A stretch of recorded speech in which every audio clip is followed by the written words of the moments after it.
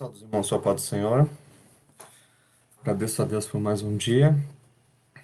Nós estamos aqui para encerrar a última lição do trimestre, 13ª lição da Escola Bíblica Dominical. Devido à pandemia, nossas igrejas estão fechadas e por isso estou fazendo essas aulas online. Mas assim que Deus, que está no controle de tudo, permitir, nós retomaremos as aulas presenciais e vocês poderão ouvir outros professores também, né? Para que eles possam também conhecer outros professores, que nós temos excelentes professores na nossa igreja. Essa é a última lição do trimestre. Para quem acompanhou as lições, depois eu mostro onde está. Mas antes de iniciar, vamos fazer uma oração. Senhor nosso Deus está no céu, eu te agradeço por mais uma vez estar na sua presença. Te agradeço pela oportunidade de estar encerrando, Senhor, essa lição desse trimestre, no qual aprendemos muito sobre os dons espirituais, sobre a atuação do Espírito Santo. Te agradecemos por cada um que acompanhou, Senhor, essas aulas, por cada um, Senhor, que recebeu essa mensagem, para que possa fazer raízes em sua vida e possam dar frutos do Espírito. E, Senhor, como diz a lição de hoje, posso estar aguardando a sua volta. Te agradecemos por falar conosco através da palavra, através de seus servos, para que possamos estar cada dia enfrentando, Senhor, cada dia o seu mal até o dia da sua volta. Seja conosco mais uma vez, Senhor, nessa aula de hoje. Nos ajude, que a sua mensagem possa entrar como uma faca de dois gumes, penetrando a alma e o coração e a medula, juntas e medulas, e possa fazer transformações na vida daqueles que estão ouvindo e põem em prática. Te agradeço por tudo, em nome de Jesus. Amém. A lição de hoje é a lição 13, Voltados os Olhos para a Bendita Esperança. É a última lição da revista O Verdadeiro Pentecostalismo. Nós fizemos essa lição, uma parte, acho que faltou só duas que não foram online, mas as demais estão todas no site. Atualidades da doutrina bíblica sobre a atuação do Espírito Santo, a última lição.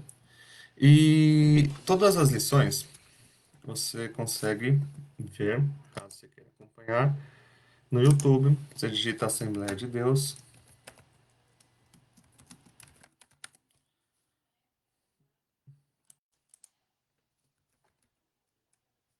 YouTube.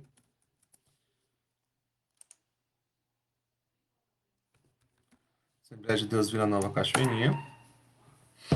Clica aqui. E na playlist está todas as lições. A revista O Verdadeiro Pentecostalismo está aqui. Tem da lição 1 até a lição 11. Faltou subir a 12 e hoje eu já subo a 12 e a 13. Mas as lições e também as outras revistas, caso tenha interesse de ver as versões mais antigas, também são aulas bastante interessantes, estão no YouTube, além dos cultos transmitidos. Então, todas as nossas lições estão no YouTube.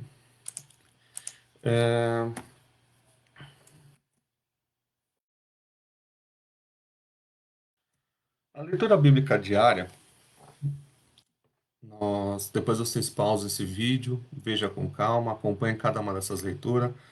Está em segunda-feira em Mateus, onde Jesus nos manda ficar atento. Na terça-feira, em Marcos, que ninguém sabe o dia e a hora do arrebatamento da igreja. Quarta-feira fala sobre bem-aventurados cristãos vigilantes na vida de Jesus. Na quinta-feira é necessário orar e vigiar o todo o tempo. Na sexta-feira temos uma sobre estamos esperando a vinda de Jesus. No sábado, a vigilância nos ensinos paulinos. O objetivo geral é voltar os olhos para a bendita esperança, afirmar que breve Jesus virá, destacar que a necessidade da vigilância e estimular os cristãos a viver com fidelidade. Leitura bíblica em classe dessa lição fica em Atos 1, do 6 ao 11, que diz o seguinte: Aqueles, pois, que se haviam reunido perguntaram-lhes, dizendo: Senhor, restaurará tu neste tempo o reino de Israel? E disse-lhe: Não vos pertence saber o tempo ou as estações que o Pai estabeleceu pelo seu próprio poder. Mas recebereis a virtude do Espírito Santo, que há de vir sobre vós, e ser-me-eis testemunhas, tanto em Jerusalém como em toda a Judéia, e Samaria e até os confins da terra. E Quando diziam isso, vendo-o eles, foi elevado às alturas e numa nuvem o recebeu, ocultando-o a seus olhos. E estando com os olhos fitos no céu, enquanto ele subia, eis que junto dele se puseram dois varões vestidos de branco, aos quais lhe disseram: Varões galileus, por que estáis olhando para o céu? Esse Jesus que dentre vós foi recebido em cima do céu, há de vir, assim como para o céu o viste vir. Então ali tem uma passagem onde Cristo, nos seus últimos momentos na terra, passa as instruções para os seus apóstolos, e os apóstolos aguardando que ele restaurasse o Estado de Israel, sob o domínio romano. E o interessante é que, mesmo andando com Cristo, Cristo falando que o reino não é deste mundo, e explicando, no último momento que eles estão com Cristo, eles ainda não entenderam o verdadeiro propósito, que o reino não é deste mundo, o reino de Cristo. Esse mundo é só passagem. E um dia ele vai vir. No entanto, eles estavam preocupados: Senhor, restaurará tu neste tempo? Só vai devolver o povo de Israel ao tempo? Não. Ele quer salvar o mundo inteiro. Ele não está preocupado com o sistema político ou situacional ou conflitos entre terras. Não, a ideia não é essa. A ideia é a salvação do mundo. E olha que até os apóstolos estavam com dificuldade de entender isso. E quando eles viram Jesus subindo e perdeu ele olhando, dois anjos apareceram e falaram: Calma, ele vai voltar. Tito, capítulo 2, versículo 13, fala o seguinte no nosso textuário: Aguardando a bem-aventurada esperança e o aparecimento da glória do grande Deus, o nosso Senhor Jesus Cristo. Todos nós que entendemos a palavra de Deus, sabemos que Cristo nos prometeu a sua volta. Para mudar o sistema de governo do Brasil, do mundo? Não. Para restaurar tudo, para dominar o céu e terra. Essa terra vai passar, tudo vai passar, vai ser implantado um novo céu e nova terra. A nossa esperança é algo vivido e real, não se baseia em utopia e nem imaginação humana, mas em fatos revelados na palavra de Deus e confirmados pela história. Infelizmente, e eu digo infelizmente, muitas pessoas que estão dentro da igreja, não estou falando dos descrentes, não, estou falando dentro, não acredita mais na volta e no arrebatamento de Cristo. Se questionar e apertar, ele até fala, acredito. Mas no fundo, ele não acredita. Porque ele está mais preocupado com os bens sociais, bens do dia a dia, com a sua prática do dia a dia, do que a volta de Cristo em si, em transformação da sua vida espiritual. A sua vida não reflete os frutos do Espírito dentro da igreja, dentro da sua família, ao ponto de concordar que Jesus pode vir a qualquer momento. Porque aquele que aguarda na esperança de Cristo, ele está todos os dias se consertando. Como Paulo falou, morro todos os dias a favor de Cristo. Por quê? Eu não sei a hora que Cristo está vindo. Então, por isso, eu tenho que todos os dias me corrigir, todos os dias falhar. E eu sou falho. Nosso pastor de Jailton, ele falava o seguinte, que a gente não consegue impedir de pássaros voarem na minha cabeça, mas eu posso impedi-lo de fazer ninho. Então, todos nós estamos sujeitos ao mal, ao pecado, mas todos os dias temos que nos limpar. Agora, tem pessoas que tá nem aí com isso.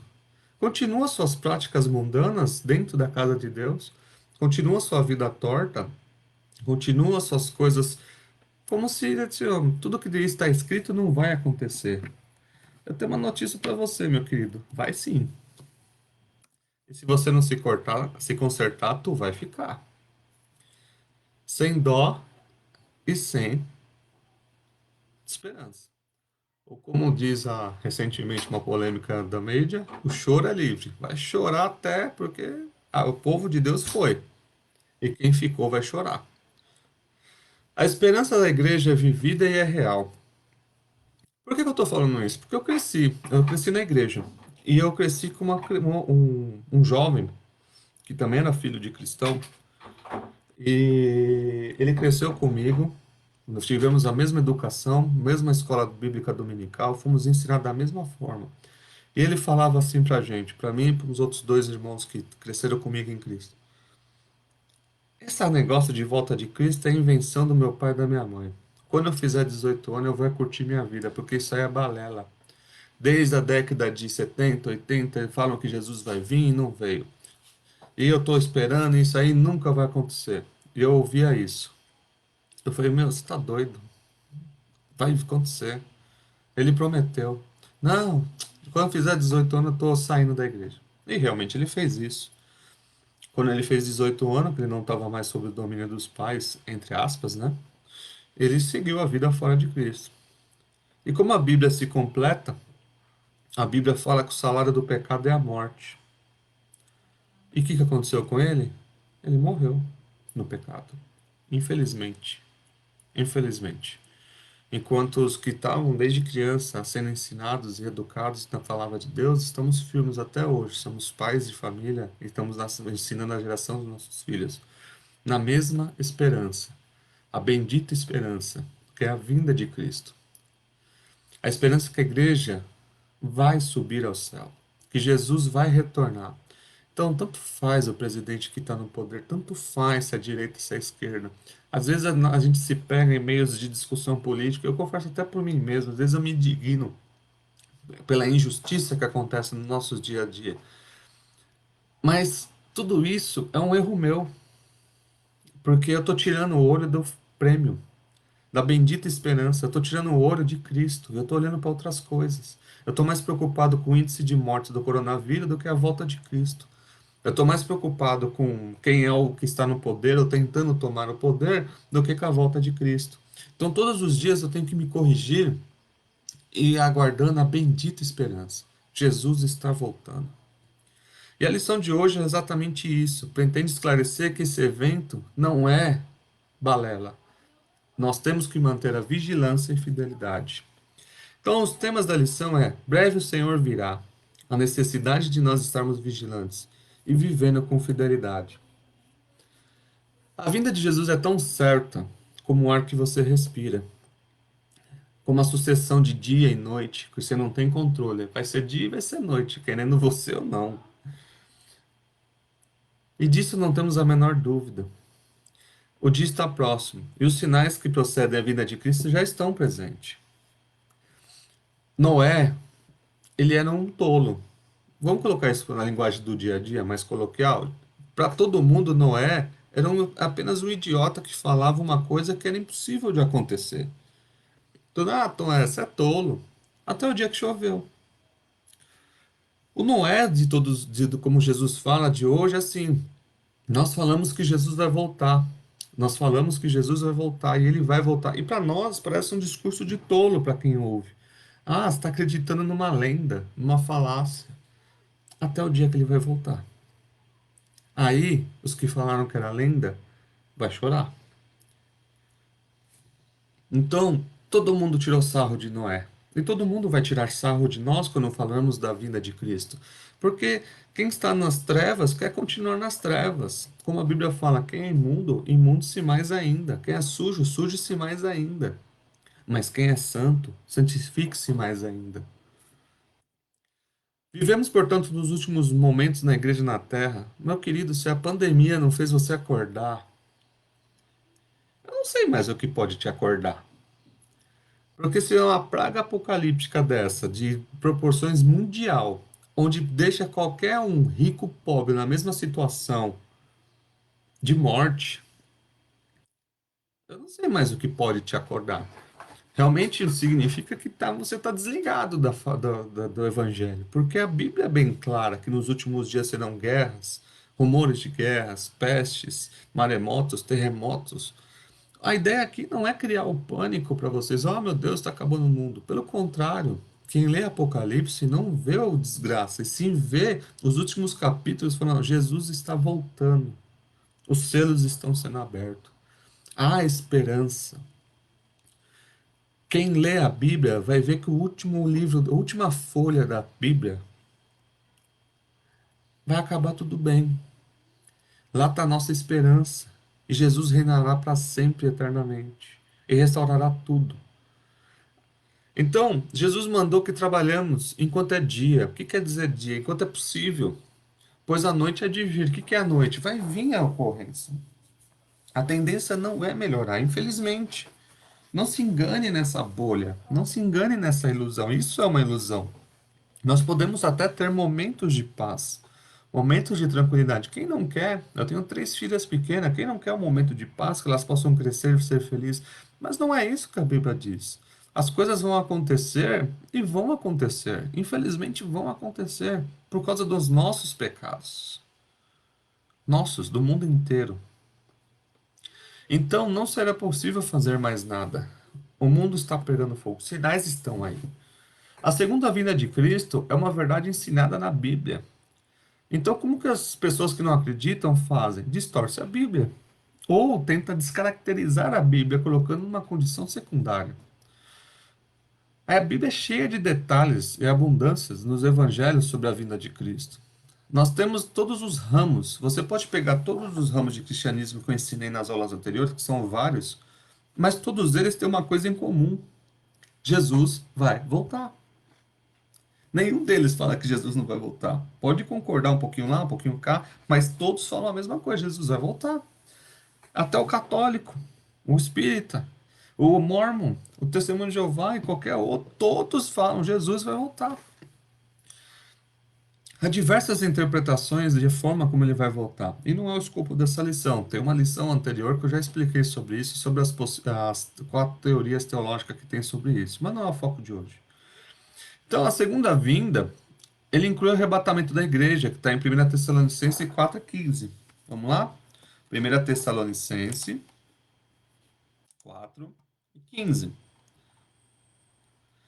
Dizemos-vos, pois, isto, pela palavra do Senhor, que nós, os que ficarmos vivos para a vinda do Senhor, não procederemos os que dormem. Significa que a gente não vai morrer, seremos arrebatados. Tessalonicenses ensina sobre isso. 4,15. E a vinda de Jesus na glória, segundo Tessalonicenses 2,8. Então será revelado o iníquo, que é o anticristo, a quem o Senhor desfará pelo assopro da sua boca e aniquilará pelo esplendor da sua vida. A volta de Cristo. Quando o Senhor ascender os céus, os varões de branco disseram que ele, os anjos, né, falaram o seguinte: ele virá da mesma maneira que subiu. Esse cenário é da sua vida em glória e não do arrebatamento da igreja. Então vamos separar os fatos. Uma coisa é o arrebatamento da igreja, onde será invisível e um povo vai sumir, como um relâmpago. A Bíblia fala aqui como de um relâmpago vai de um lado ao outro, ou um piscar de olhos, um povo vai ser arrebatado. A partir disso vai se subir uma autoridade que vai ser o anticristo. Não vou entrar nos detalhes dele porque isso é uma outra aula. Depois disso, com o reino do anticristo, dos 7 anos, vai vir uma visão onde todos os olhos vão ver Cristo, onde ele vai, da forma que ele subiu, ele vai descer, aparecendo nos ares, descendo, e vai colocar seus pés sobre o monte. Fugiu o nome do monte. Acho que é o Monte das Oliveiras, se eu não me engano. E vai fazer o monte virar plano. E tudo isso será para todos os olhos verem. Quando nós pegamos essa mensagem há 200 anos atrás, todos os olhos verem, no sistema global, onde nós estamos num globo e não numa terra plana, que alguns crentes que falam que a terra é plana, eu não sei de onde tiraram isso, porque, bom, vai saber de onde tiraram essa idiotice. Falam que a terra é um globo, e a própria Isaías fala que é um globo. Na perspectiva dos antigos, não tinha como Jesus aparecer em Israel e nós brasileiros virmos, porque ele está do outro lado do globo, certo? Mas hoje, quando você fala todos os olhos verem, hoje é possível. Quando uma coisa acontece na China, nós sabemos. Uma coisa acontece na Rússia, nós sabemos, porque hoje nós temos tecnologia que todos os olhos conseguem ver qualquer ocorrência. Quando explodiu aquele armazém de nitrato, se eu não me engano, lá na Turquia, todo mundo viu aquilo explodindo. Estava em todos os canais. Agora imagine essa mesma proporção, Jesus vindo, aparecendo no céu. Todo o globo vai ver. Todos os olhos verão, todas as tecnologias apontarão para ele e mostrarão que ele está vindo. Então a vinda de Cristo, no cenário, vai ser um evento que vai surpreender todo mundo.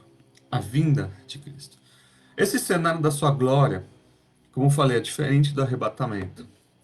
Só que no caso, Jesus prometeu que vai nos buscar e nos levar para o céu.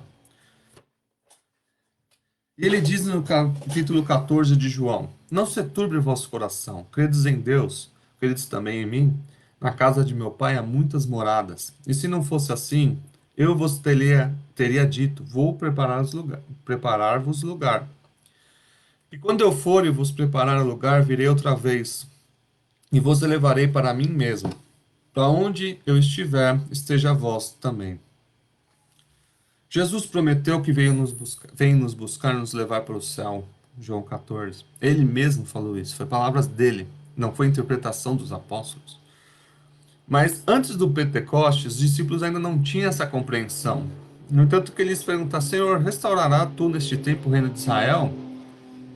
Eles ainda estavam aguardando o reino da terra ser restaurado. E Jesus falou: Não, não cabe a vocês entender o tempo e as estações. Eles ainda estavam pensando no reino físico, político, no pensamento dominante de Israel. E muita gente ainda está nessa cabeça. Muita gente está preocupada com o físico, com o comer, com o beber, com o trabalhar, com a situação atual do país, a política, a economia, o mundo, a geopolítica, efeito estufa, efeito calor, efeito frio, ataque alienígena, vai saber. Todo mundo está preocupado com diversas coisas, mas pode observar que tudo isso tira o foco do verdadeiro centro. O centro é Cristo. Quando você olha para Cristo, a sua atenção está em Cristo, você está aguardando o Cristo. Quando você começa a olhar para as coisas que estão ao lado, como Paulo, como Pedro, que ao olhar para Cristo, ele estava andando sobre o mar. Mas quando ele tirou o olho de Cristo e começou a olhar as ondas, ele afundou. Então, muita gente está afundando na sua vida espiritual porque o foco dele não é Cristo, e sim as ondas. Ele está mais preocupado em morrer afogado por uma onda alta do que olhar para Cristo e perceber que ele está andando sobre as águas. Então, Jesus corrige essas duas razões e ele fala: o dia e a hora dessas benditas esperanças é a exclusividade do Pai. Falando o seguinte: o Pai vai resolver isso futuramente. Vai fazer um novo céu e nova terra, onde vai eliminar todas as injustiças, onde todos os joelhos vão dobrar sobre ele e glorificar o seu santo nome. Onde a Bíblia fala em Apocalipse que os justos se fartarão de justiça. É uma coisa até estranha, né? Você vê um Supremo Tribunal hoje corrupto, você vê o bandido sendo honesto, o juiz sendo acusado, uma inversão de valores morais, o certo tá errado, o errado tá certo, e você fala: meu Deus, o que é isso que está acontecendo? Mas olha para Cristo. Cristo fala: o justo se fartará de justiça. O grande juiz, Deus no seu trono, estará julgando todos. E os justos estarão acompanhando esse julgamento. Pessoas que passaram na história e o justo juiz julgando, sentenciando cada um deles. Todos vão se ajoelhar na presença de Deus, querendo ou não querendo, porque todos vão. Toda criatura vai se ajoelhar na presença de Deus. Então eles falam assim: não, não cabe a vocês isso, o dia e a hora da bendita esperança, quando isso vai acontecer. Presta atenção só nos sinais. A restauração do reino de Deus não é só para Israel, mas para todos os povos. Jerusalém, como toda a Judéia, Samaria, até os confins da terra. Nosso papel é ir de pregar o evangelho. Agora, a restauração, o milênio de Cristo, o governo de Cristo, a restauração do céu e da terra, não pertence a nós. Isso vai acontecer e está escrito na Bíblia, mas tudo na vontade de Deus. O dia se aproxima. Sabemos que a vida de Cristo está próxima pelos sinais, claro. Meu querido que você me assiste, qual o sinal que você não percebeu ainda que Cristo está vindo? E por se multiplicar a ciência, se multiplicar a iniquidade, o amor de muitos esfriarão. E a ciência se multiplicará. Meu Deus, a ciência consegue fazer coisas hoje absurdas. E ainda está se multiplicando mais. Os principais sinais é a próprio Espírito Santo que foi derrubado. Aqui a revista fala na Rua Azusa, mas não, tem um erro teológico aqui. A Rua Azusa foi um dos eventos. Mas o principal evento da vinda do Espírito Santo é lá com os apóstolos no dia de Pentecoste. A maior confirmação que Cristo vai voltar é o próprio Espírito Santo, uma promessa que foi dada lá em Joel 2:28, que nos últimos dias filhos profetizarão. Nos últimos dias aconteceu a partir do momento que veio o Pentecoste, até hoje. O Espírito Santo desceu, a igreja se expandiu, o evangelho dominou o mundo, como foi falado nas últimas aulas. A Rua Azusa foi mais uma das evidências através do dom de línguas e profecias, mas isso já acontecia antes. Não existe um buraco entre o dia de Pentecostes e Rua Azusa. É, tem pessoas que tentam, sabe, distorcer, e não é isso. A Rua Azusa, sim, aconteceu um evento pentecostal, onde derivou as igrejas pentecostais. Mas o Espírito Santo já existia antes, ele desceu, ele é um parte da Trindade. E ele fez toda a obra, e ele também desceu no Pentecoste, nos apóstolos, e toda a expansão da igreja se deu ao Espírito Santo, através de todos os dons que explicamos nas lições anteriores. Então, o principal sinal é a descida do Espírito Santo, como completando a profecia de Joel. E a outra profecia é o Estado de Israel. O Estado de Israel não existia até 1948. A Isaías fala aqui quem são esses que. Deixa eu até achar esse versículo.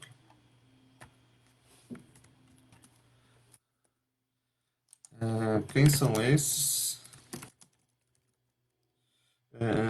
Voando na nuvem como pombas às suas janelas. Essa aqui. Isaías 60, de 8 a 10. Olha essa profecia que está escrito em Isaías. Quem são estes que vêm voando como nuvens e como pombas? Você sabe o que que é isso, voando como nuvens e como pombas? É o avião. Ele não sabia o que que era um avião, ele viu um avião. As suas janelas. Já viu pomba com janela? Quem tem janela é avião. Aqui fala no 2, ó. Certamente as ilhas me guardarão, os primeiros navios de Tarso para os teus filhos de longe. Ele está falando, os filhos que estão longe de Israel, e a sua prata, o seu ouro com eles, e a santificação do nome do Senhor, o teu Deus, Israel, por quanto os glorificou. E os filhos dos estrangeiros edificarão teus muros, e os seus reis te servirão. Porque o meu furor te feri, na minha benignidade tive misericórdia de ti. Aqui está falando sobre a restauração do Estado de Israel. Em 1948, quando a ONU declarou que Israel era ele tirou, falou, ó, esse terreno é de Israel, é do povo de Israel. Todos os judeus do mundo que estavam espalhados pegaram aviões e voltaram para Israel, levando as suas riquezas para voltar ao Estado de Israel. Depois disso aconteceu a Guerra do Sétimo Dia, de 7 dias, onde o Estado de Israel enfrentou todos os seus vizinhos que não concordavam e não concordam até hoje com o Estado de Israel, e ele ganhou um Estado que tinha acabado de ser criado, o Estado de Israel, pela ONU. Eles voltaram em aviões, completando o que estava escrito em Isaías, a profecia, a restauração do Estado de Israel. Os reis que ele fala aqui são os outros países que ajudaram, os países membros da ONU, ajudaram o povo de Israel a se reerguer e voltar em 1948 o Estado de Israel que existe até hoje, que é a sua bandeira. E é uma superpotência, um país tão pequeno, menor que a cidade de São Paulo, mas uma potência mundial de primeiro mundo. Então, essa é uma das profecias que se concluiu em 1948. Além disso, as demais profecias, maremotos. Você viu maremoto? Tsunamis, vulcões, furacões, expansão da tecnologia, amor esfriando. Você percebeu que o amor esfriou? Ou não? Só acontece na minha igreja? Então, os sinais estão claros. Sinais no céu, sinais na terra. Para quem conhece astronomia, existe um meteoro. Não estou falando isso para assustar, não, mas existe, pode procurar. Que todo ano ele dá uma volta em volta da Terra e a NASA anuncia: esse meteoro tem potencial para exterminar 1/3 da Terra. Mas ele chega perto da Terra e ele é desviado. E ele dá a volta, todos os anos. A NASA anuncia lá para o período de agosto a setembro que aquele meteoro está próximo de colidir com a Terra, mas ele sai. Em Apocalipse fala que na época de quando o anticristo tiver no poder e a igreja já for arrebatada, uma estrela cairá do céu e destruirá uma terça parte do terra. E o nome dele será Absinto. E esse Absinto, ele vai envenenar todas as águas. Esse meteoro já está circulando a Terra. Se você duvida, pesquisa no Google. E adivinha do que ele é feito?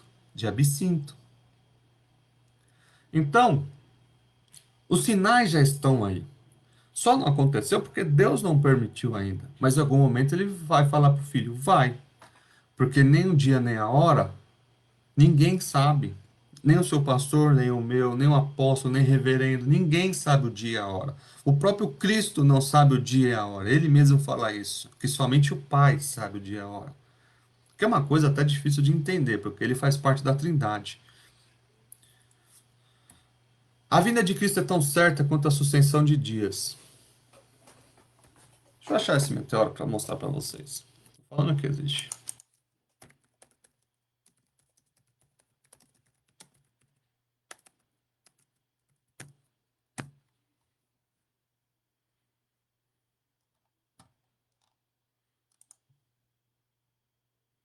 Tem vários.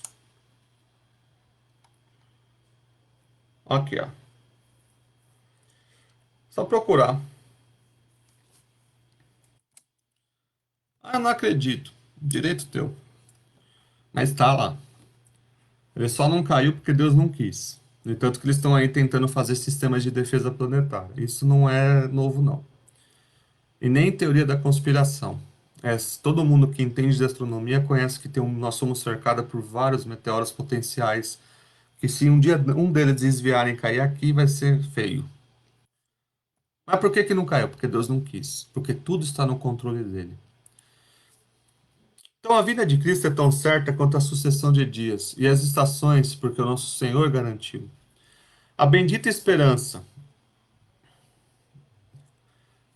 O único motivo da promessa da nossa ressurreição, de nós termos um corpo glorificado e de reinar com Cristo, é chamado esperança. Porque ainda, o que é esperança? É algo que a gente acredita, temos fé, mas ainda não alcançou.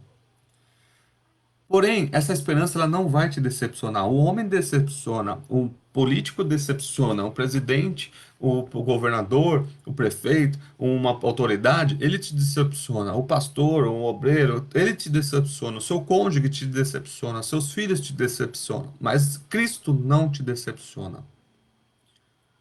No entanto, que todas as pessoas que saem do evangelho, e eu tenho a oportunidade de conversar com algumas, e falam assim, meu querido, por que que você se desviou? Eles sempre apontam uma pessoa ou outra. Ah, porque fulano, porque ciclano. E a pergunta que eu sempre faço, que eu aprendi isso com meus professores, é assim, e Jesus, ele fez o que com você? Ah, Jesus não fez nada. Foi, mas quem você está largando não é a pessoa, é Jesus.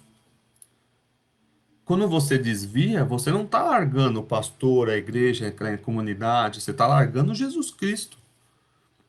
Se ele é a nossa bendita esperança e ele não te decepciona, por que então você está largando? E a pessoa não sabe responder. Ainda não achei uma que consiga responder. Então, a verdadeira esperança em Cristo, ela não nos decepciona, ela não nos envergonha, porque confiamos, porque ela é mantida e demonstrada como o verdadeiro amor de Deus, o Espírito Santo que derramou em nossos corações. Por isso temos que, como o próximo tópico diz, temos vigilância. Vigilância não é paranoia, onde tem gente que tem paranoia, quer ver o anticristo em tudo que é símbolo. Irmão querido, se você olhar para Cristo, tanto faz o que o anticristo vai usar quando ele dominar o mundo. Como ele vai marcar o sinal da besta, isso não nos interessa, porque nós não estaremos aqui. Então, se ele vai usar chip, se ele vai fazer código de barra ou uma nova tecnologia, ou Pix, que agora a moda é Pix. Vieram uns três me perguntar já do Pix. O Pix é sistema de transferência bancária, não viaja. Vai ler a Bíblia. Porque a Bíblia, a igreja de Cristo vai ser arrebatada. E quem vai estar no arrebatamento não está nem aí com o que o anticristo vai usar. Tanto faz que faça bom proveito da terra. Mas a vigilância é necessária no sentido de vigilância espiritual, no sentido esteja preparado, não seja pego de calça curtas, no sentido popular, se não seja pego desprevenido, não seja, ou como a Bíblia, não seja pego nu. Nu não quer dizer pelado. Nu quer dizer, no sentido bíblico, despreparado. Pessoa que, por causa aqui agora da pandemia, nós não estamos mais na igreja. Então, ninguém está me vendo mais. Então, eu vou fazer o que eu quiser. Meu querido, eu sou a igreja. Nós somos a igreja. Minha família é a igreja. Eu faço parte do membro de Cristo, mesmo não estando dentro de quatro paredes. Aquilo é templo. Aqui templo não, aquilo é uma parede, um salão, uma reunião. Eu sou a igreja. Nós somos a igreja. Aqueles que creem em Cristo somos selados pelo Espírito Santo. Então, eu posso estar adorando a Cristo tanto lá na igreja da Cachoeirinha, onde eu sou membro, como estou adorando a Cristo aqui em casa, como estou adorando a Cristo no meu serviço, ou se eu precisar ir para, sei lá, para o Camboja, eu vou adorar a Cristo no Camboja. Não importa. O verdadeiro adorador, como Jesus fala para aquela mulher samaritana, o verdadeiro adorador adorará em espírito e verdade, não lá no templo de Jerusalém, nem lá em Samaria. Não é no templo. Você é o templo. Por isso a vigilância se faz necessária para que ninguém perca e caia por coisas bobas. Existe uma linha que acredita que não perdemos a salvação. Nós, da linha armeniana, que sabemos que sim, porque temos o livre-arbítrio. E como temos o livre-arbítrio, as pessoas podem optar e escolher, como Judas fez, de não seguir a Cristo. Então, entendemos que a vigilância é um ato ou efeito de vigiar, de estar atento, de ler a palavra, de orar, de permanecer alerta de quem procede com nossa, travou a língua. Precaução para não correr risco. E a gente tem que permanecer acordado. Tem gente que está dormindo. Mas isso se completa com o que está escrito em 1 Coríntios 11:23. Há muitos que dormem. O que significa muitos que dormem? Muitas pessoas saíram da comunhão de Cristo, que é a Santa Ceia, que é a comunhão com Cristo, né? Aprendemos isso em outras aulas. E quando o apóstolo Paulo fala que há muitos que estão bebendo indignamente, dignamente significa em pecado, sem comunhão com Cristo, só bebe por beber, só está na igreja por estar, ou que nem um tio meu fala que ele é evangélico não praticante. Eu nem sabia que isso existia. Ainda acredito que não existe. Mas eu falo, eu não sou católico, mas também não sou espírita. Eu gosto dos evangélicos, mas eu não sou praticante. Eu falei, mas que é isso? É nada. Ainda não é nada. Porque o verdadeiro cristão é aquele que segue Cristo, aceitou a Jesus Cristo, recebeu o Espírito Santo, foi selado, como diz em Efésios, e através de, como escrito em Tito, ele é regenerado de dentro para fora, como um lavar restaurador do Espírito Santo. Então, estar vigilante é você estar em dia com isso. Continuar orando, continuar jejuando, continuar intercedendo, se preocupando com o seu próximo, dando cesta básica quando possível. Se você não tem condição, dar uma coisa, você ora pelaquela pessoa ou ore para que outra pessoa tenha condição de dar. Ligar para uma pessoa que está em desespero, porque na pandemia o índice de desespero subiu um nível estressantíssimo. O índice de pessoas se divorciando, índice de pessoas se agredindo, índice de mulheres sendo agredidas por maridos, índice de pessoas se suicidando, índice de depressão aumentou assim no nível grotesco.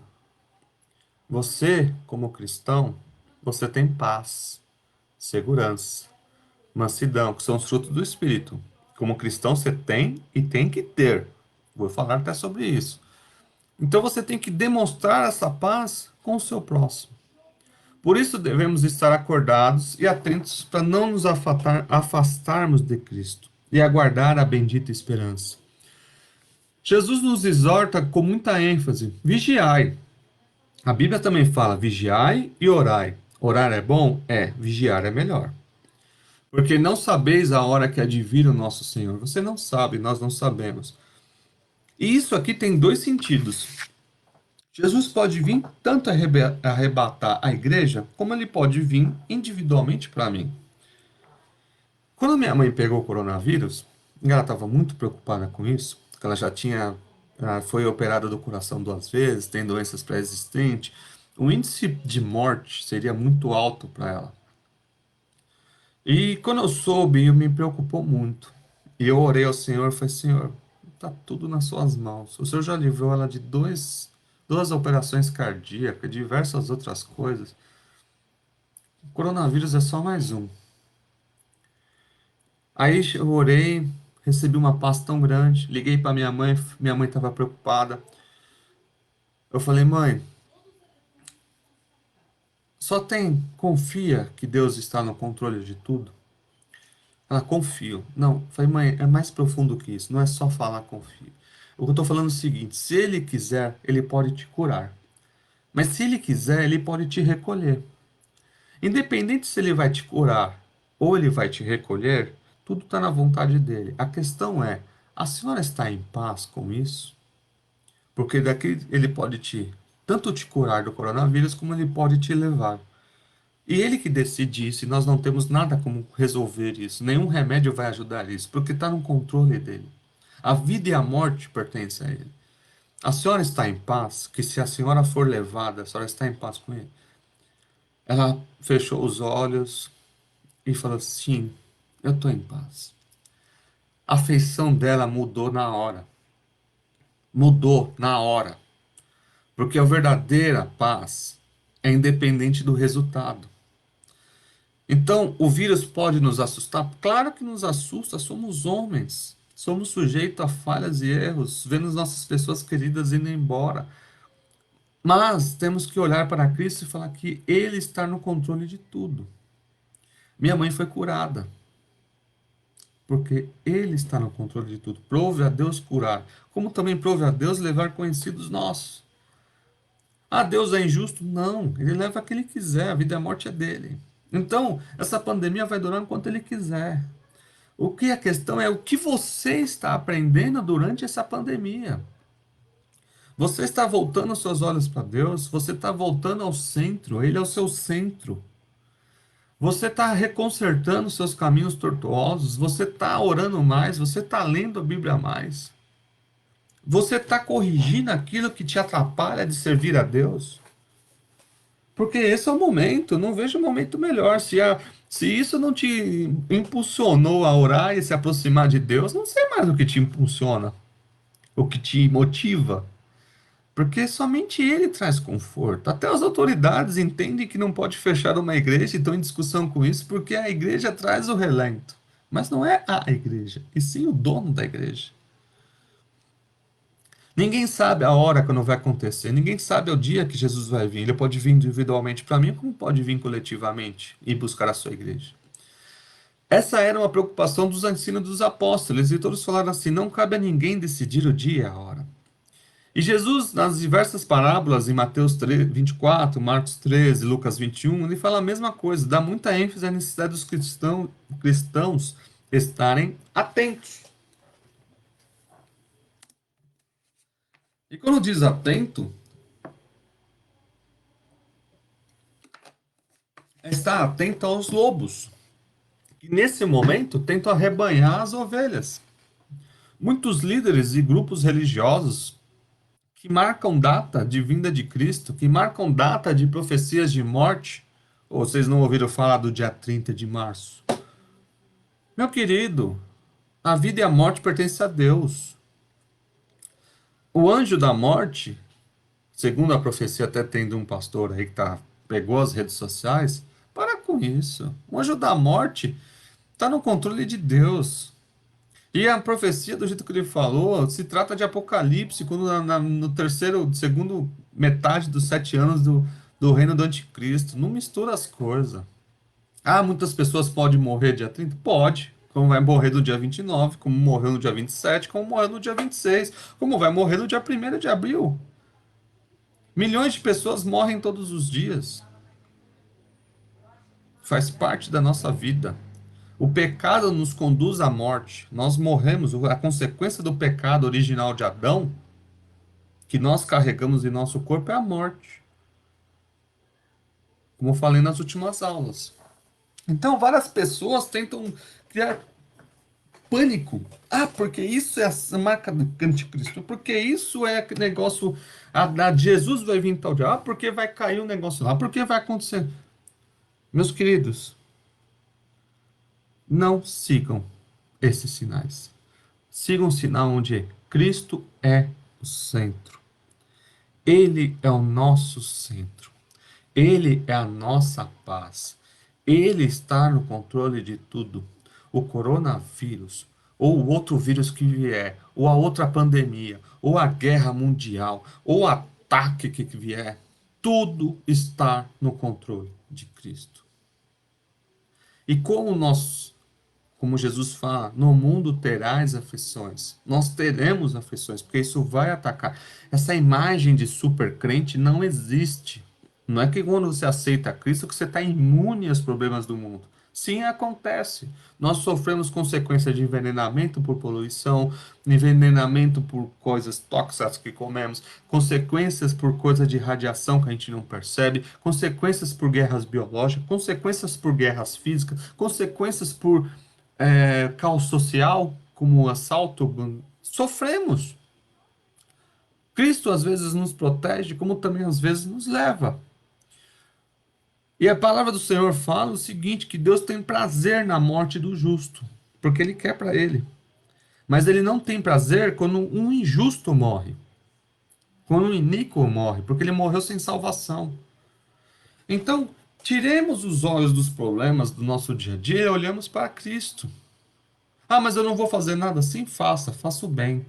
Faça como os falamos, demonstre que o Espírito Santo habita em você através dos frutos do Espírito, do amor, da paz, da mansidão, pregando o Evangelho. Ah, não consigo sair para pregar o Evangelho. Você não tem o WhatsApp? Você não tem o Facebook? Você não tem um telefone que funciona? Você não tem a sua família, seus filhos, seus irmãos, seus parentes? Eles estão do seu lado. Prega o Evangelho a eles. E, se possível, como meu pai fala, use palavras. Mas o que quer dizer isso? Primeiro você prega com a tua vida. Aí, quando der tempo, você fala do amor de Cristo. Porque primeiro você tem que pregar o Evangelho através da sua vida, mostrando Cristo em você, para que as pessoas olhem em você e vejam Cristo. Aí depois você fala de Cristo. Porque é uma hipocrisia você falar para a pessoa se consertar que você não está consertado. Então, muitos líderes religiosos distorcem a palavra de Deus e tentam criar datas. E fizeram isso diversas vezes. Você estuda na teologia, tem diversas pessoas na sua arrogância que marcaram. Ah, Jesus vai vir tal dia, Jesus vai vir tal dia. Olha, agora fulano é o anticristo. Ó, o Obama já foi anticristo, a Dilma já foi anticristo, o Macron já foi anticristo, agora o Sarkozy já foi anticristo. Cada um vem, cada vez inventa um. Não siga isso. A verdadeira palavra é olhando para Cristo, nosso autor e consumador. Todos eles falharam. É um erro a tentar adivinhar os tempos e as estações, pois só Deus sabe o dia e a hora. A palavra de Deus rejeita todas as falsas expectativas acerca da vida de Cristo. A maravilhosa doutrina, o que é doutrina? Aquilo que te leva para o céu, tem como objetivo trazer esperança. Guarda essa palavra. A verdadeira doutrina não te traz medo, ela te traz esperança, ela te traz conserto, ela te traz aproximação de Deus. Se uma palavra profética de futuro é no sentido de te trazer medo, ela não é a palavra de Cristo. Porque Cristo traz a salvação, traz o arrependimento, ele traz o bálsamo, ele traz a mansidão, ele traz a paz. A palavra de Cristo profética, de volta de Cristo, do fim dos tempos, o Apocalipse em si não é para você ter medo, e sim para você ter esperança que um dia o injusto vai pagar pelas suas injustiças, e os justos herdarão a terra. E nós nos fartaremos. O que é fartar? É comer até se lambuzar. Sabe quando você vai naquele churrascão gostoso que come até passar mal? Se fartar de justiça, porque nós entenderemos o que Quem é o Supremo Tribunal Mundial? Que é o próprio Cristo. Então, não caia nas falsas expectativas e alarmes falsos. Paulo confirma as advertências de Jesus ao reconhecer o dia do Senhor virá como um ladrão. A gente não espera o ladrão, ele só vem. O cristão, porém, não serão acompanhados de surpresa. A gente não vai ser pego de surpresa, porque quem é cristão já está sabendo de antemão, isso é uma forma, que ele está vindo. Nós não sabemos a data, mas nós vivemos na luz. Então, quem vive na luz, continue vivendo na luz, continue vivendo uma vida cristã de aperfeiçoamento. Cada dia um pouquinho mais. Somos falhos, falhamos, erramos, claro que erramos, mas cada dia um pouquinho mais. Corrigindo, pedindo perdão, seguindo em frente. Como consequência, alerta e domínio próprio, protegendo a nossa fé, usando as armaduras que dão em Efésios, capacete da esperança, o escudo da fé. E Paulo vai nos ensinando cada vez mais lá em Timóteo que quem ama Cristo vai fazendo isso. Então, a esperança não está ligada a uma data fixa, está ligada ao Evangelho. Não tem sentido eu falar, Jesus vem na segunda-feira, aí todo mundo vai se arrepender hoje. Não. Da mesma forma que você não sabe o dia da sua morte, a vinda de Cristo é da mesma forma. Então, se eu vou morrer amanhã ou daqui 2 minutos, eu não sei. O que impede de eu estar falando com vocês e cair duro aqui? Deus controla a minha vida. A questão é, se eu cair duro, eu estou pronto? Estou em paz? Eu estou salvo? Então a esperança não está na data fixa, e sim, a esperança está em Cristo. É preciso estar vigilante quanto à vida do Senhor e prevenidos contra falsos alarmes. Tópico 3: vivendo com fidelidade. O que é viver com fidelidade? Isso é legal. Viver com fidelidade é adotar um estilo de vida sem peso. Como eu falei nas últimas aulas, tem muito crente que é chato. Isso é chato. Quer viver um peso que não está bíblico. Quer colocar costumes que não são bíblicos. Quer colocar peso que Jesus não falou. Isso se chama-se fariseu. Viver com fidelidade é adotar um estilo de vida cristão na esperança de Jesus Cristo, uma vida leve, uma vida de mente tranquila, de paz, de mansidão, comunhão. Olha como os frutos do Espírito é mais agradável. Não é peso, não é medo. Eu não tenho medo de ir para o inferno. Eu amo a Cristo. Eu não sou cristão porque eu tenho medo do inferno. Eu tenho amor a Cristo. Ele é o meu Salvador, Ele é o meu mestre. Ele que me guia todos os passos. É Ele quando eu ajoelho e peço orientação e Ele me dá. Então a vida é mais leve. Sabe? Para de viver a paranoia gospel que existe de, meu Deus, o anticristo, o chip da Dilma, o Pix agora vai cadastrar todo mundo. Eu tô nem aí com isso. O vírus, a pandemia. Jesus pode vir para mim hoje como daqui 1000 anos. Tanto faz, porque eu vou continuar aguardando. Porque eu creio na palavra de Cristo. Viver para mim é Cristo, se morrer para mim é lucro, como diz o apóstolo Paulo. Assim, Deus exige que quem é seus continue em santidade. O que é santidade? Eu vou virar um ser assim supremo que eu vou nem encostar com, não rela em mim que eu sou santo. Não, não é isso. Explicando em outras palavras, santidade é a aproximação de Deus, porque quem é santo é Deus. Você não é santo. Deus é santo. Então, quanto mais eu me aproximo de Deus, a glória dele reflete na minha vida. Como aconteceu com Moisés. Moisés ficou perto de Deus lá no monte 40 dias, e ele ficou tão pertinho de Deus que quando ele voltou, o rosto dele brilhava de tal forma que as pessoas não conseguiam nem olhar para ele. E tiveram que colocar um véu na cabeça dele. Então a santidade não é o fato de usar o véu. Não é isso. Santidade é você se aproximar a Cristo, ser o mais próximo possível da forma como ele fala, da forma como ele anda, da forma como ele conversa, da forma como ele corrige. Na forma de Cristo, ser o mais próximo de Cristo.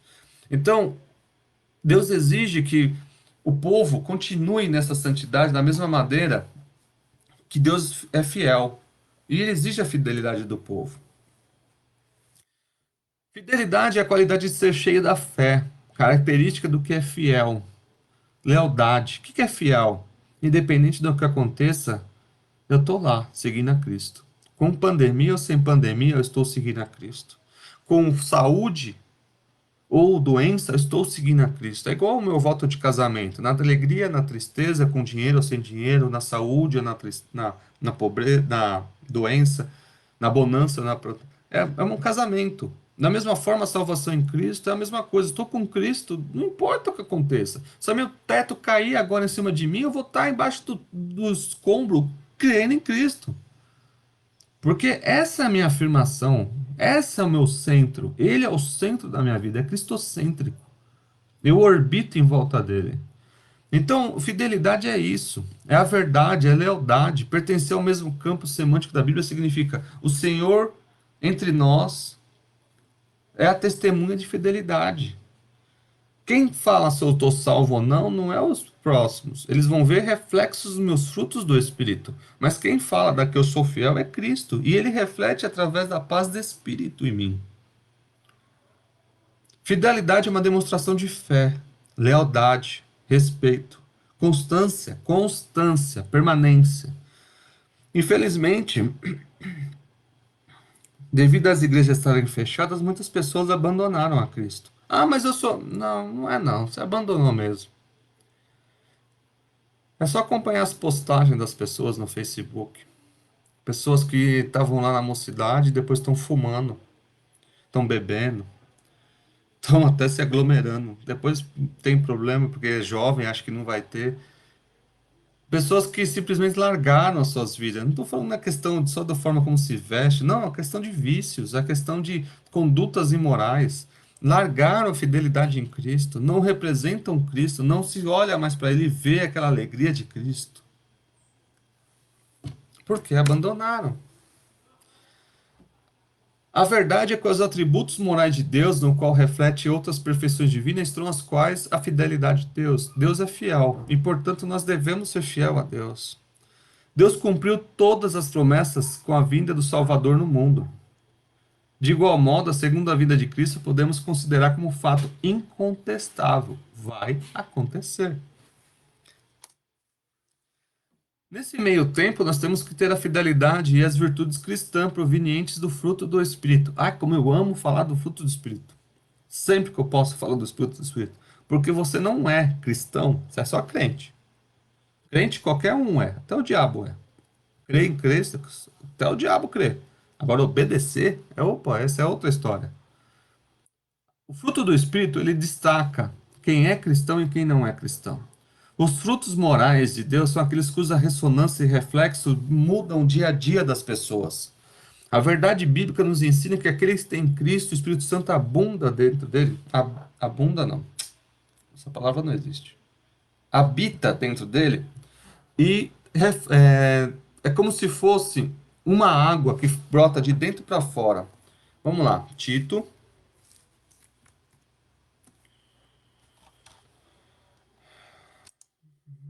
Se não me engano,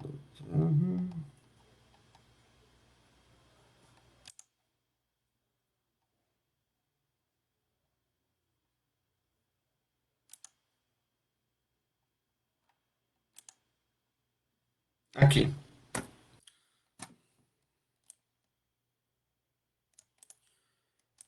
Olha o que diz Tito.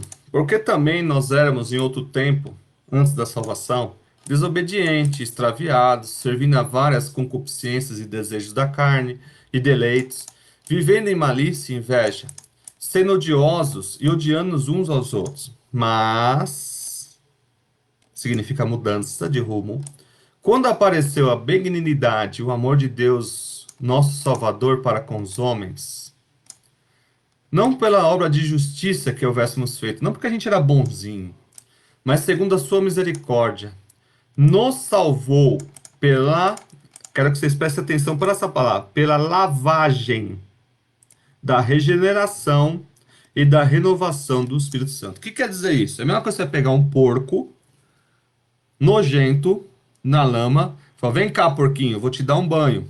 E você passa sabão e bucha e shampuzão nele e dá limpeza no porquinho. E o porquinho vai ficar lindo ao ponto de dormir do seu lado lá na caminha, como se fosse um animalzinho de estimação. Porque ele tá limpo. Você lavou ele. A mesma coisa que Cristo fez com nós. Ah, nós somos os porquinhos. Quando a gente estava no pecado, sim. Mas ele nos lavou, nos regenerou. E que abundantemente derramou. Significa que abundante é o seguinte: é mais do que você precisa. E quando é mais do que você precisa, você passa isso através de frutos. Ele cresce a você frutos do Espírito. Então, voltando à nossa querida árvore, quando nós somos salvos, nós começamos a crer em Deus, Cristo, Espírito Santo e na Bíblia, e nós fazemos raízes. Conversei isso ontem até com os irmãos. Nós fazemos raízes, e essas raízes começam a ficar profunda em Cristo. Através dessas raízes profundas, a árvore tem substância, tem condição de enfrentar qualquer tempestade. E nisso ela começa a produzir frutos: temperança, benignidade, paz, mansidão, bondade, fé, amor, gozo, longanimidade. Salmo 1, de 1 ao 3, fala que aquele que é cristão é como uma árvore plantada junto a um ribeiro, perto das águas, onde ela é alimentada por Cristo. Colossenses 2, 6, 7.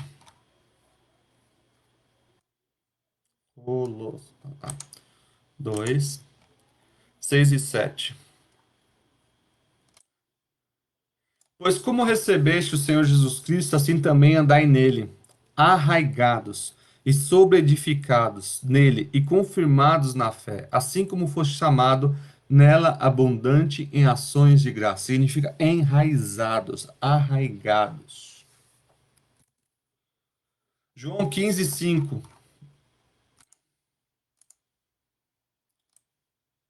Eu sou a videira, vós a vara. Quem está em mim e eu nele, esse dá fruto, porque sem mim nada podeis fazer. Desculpa.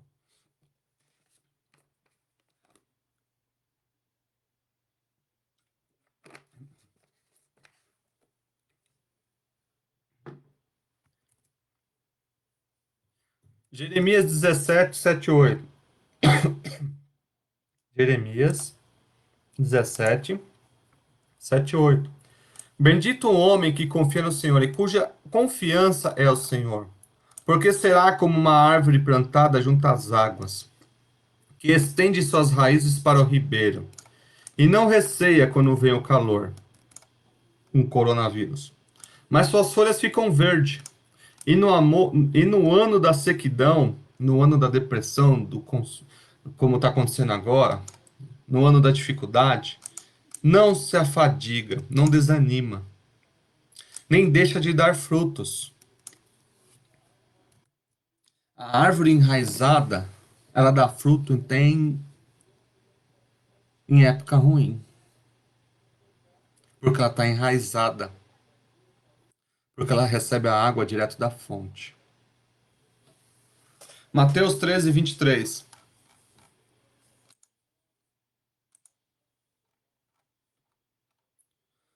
Mas o que foi semeado em boa terra é o que ouve e compreende essa palavra, e dá fruto, e produz em 100, outro 60 e outro 30. Você foi semeado em boa terra? Se você foi bem semeado em boa terra, foi lavado pelo Espírito Santo? Se você foi lavado pelo Espírito Santo, você tem raízes suficientes para aguardar a volta de Cristo, enfrentando todas as tempestades possíveis? Ser cristão é isso. É ter raízes o suficiente para poder dar frutos no Espírito. Aguentar as dificuldades. E através dessas dificuldades, aguardando a boa esperança da volta de Cristo. Tempos e estações. Ele disse: não vos pertence saber o tempo, as estações que o Pai estabeleceu no seu próprio poder. Tempo é igual a Cronos, significa longo período. Estações é Kairos, ocasião. Então, o período, se vai ser curto, se vai ser longo, ou a ocasião que isso vai acontecer, são prerrogativas de Deus. Você não tem controle sobre o tempo e você não tem controle sobre as estações. Nós não temos controle E para pensar, nós não temos controle de nada. E quanto mais você entender isso e ficar navegando na vontade de Deus, mais você vai ver que Ele está no comando de tudo. E quando você entende isso, você fica em paz. O importante é que você, mesmo num mar turbulento, mesmo em momentos áridos como a gente está passando, a questão é: você está em Cristo? A fidelidade é nos atributos morais de Deus, que se espera achar no cristão. Quem é cristão tem os frutos do Espírito. Se você não tem os frutos do Espírito, eu convido você a aceitar a Jesus Cristo, se arrepender. Mas eu sou pastor, sou presbítero. Não importa, amigo. Isso é título humano. Você vai voltar, aceitar Jesus novamente, sacrificar lá na cruz todos o seu velho homem, todo velho homem e velha mulher, e a partir do momento ser uma nova criatura em Cristo Jesus, onde através disso você vai ter esperanças, você vai ter mansidão, você vai ter os frutos do Espírito, e você vai ver um evangelho simples. Esquece esse evangelho pesado que você está vivendo. Jesus Cristo é Cristo de paz, mansidão, temperança, longanimidade, amor, fé. Aprendemos hoje que viver com fidelidade é ser fiel e leal a Deus durante toda a vida, independente do que aconteça. A fidelidade ao Senhor Jesus é uma das condições para herdar o reino dos céus. Se você não estiver preparado quando ele voltar e ele não achar os frutos em você, como diz lá em Mateus, ele vai cortar a árvore. Jesus foi procurar fruto em fora de tempo de fruto. E ele não encontrou o figo na figueira. E ele cortou. E mostrou isso para os apóstolos. Porque ele espera frutos. O Senhor falou reiteradas vezes sobre sua vinda. A volta de Jesus para nos levar ao céu é uma esperança da igreja. Tenha essa esperança. E consumador. Jesus Cristo disse que viria. Ele veio. Ele disse que morreria. E ele morreu. Ele disse que ele ia ressuscitar em 3 dias. Ele ressuscitou. E ele disse que voltaria. Espera ele voltar, porque ele vai voltar. Se 3 coisas ele falou e ele cumpriu, você acha que no quarto ele não vai cumprir? Espera Cristo voltar. Espera preparado, com a vida fiel e fidedigna, com seus frutos do Espírito, e fazer o que ele mandou. Ide e pregai o Evangelho a toda criatura. Agradeço a oportunidade pela aula de hoje, pelo trimestre que vocês acompanharam. A próxima lição vai pegar um tema bem parecido, que é os dons espirituais e ministeriais. Caso queira rever as lições, está no YouTube, procura lá Assembleia de Deus. Eu vou subir essa lição e a anterior, que eu esqueci de subir, preciso subir. Os cultos também, nosso pastor está fazendo live, vou colocar também no nosso pastor. Nossa página, acompanha, divulgue.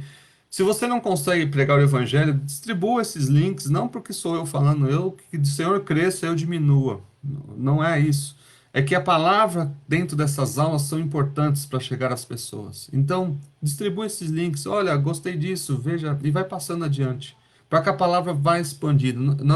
Nós falamos a vontade de Cristo, oramos antes, oramos encerrando, e não sabemos até onde vai isso. Não é para minha honra nem para minha glória, não é para meu ministério, para minha igreja, não é placa, não, é para a obra de Cristo. Que Cristo cresça e nós diminuímos. Agradeço a oportunidade e, se Deus permitir, teremos a próxima aula, dons espirituais e ministeriais da próxima lição, próximo trimestre. Se ele permitir, será presencial. Se ele não permitir, será online. Se ele permitir, será online. A questão é, ele que decide. Tudo está na vontade de Deus. Orem comigo. Senhor, eu te agradeço por mais uma vez estar na sua presença, te agradeço por essa aula, por esse trimestre. Nós aprendemos muito sobre a atuação do Espírito Santo, os dons espirituais e também a sua vinda, Senhor. Estamos ansiosos, Senhor. Maranata, vem, Senhor Jesus, porque o Senhor é a nossa esperança, o Senhor é a nossa justiça. Te agradecemos por tudo, Senhor, que essa palavra entre no coração de todos aqueles que façam raízes, para que possam estar aguardando a sua volta. Ser conosco durante essa semana, Pai, lacra nossas portas contra o mal, ungindo com teu sangue, Senhor, contra qualquer doença, qualquer problema. Te agradecemos por tudo, Pai, em nome de Jesus. Agradeço a oportunidade. Fiquem na paz de Jesus Cristo. Amém.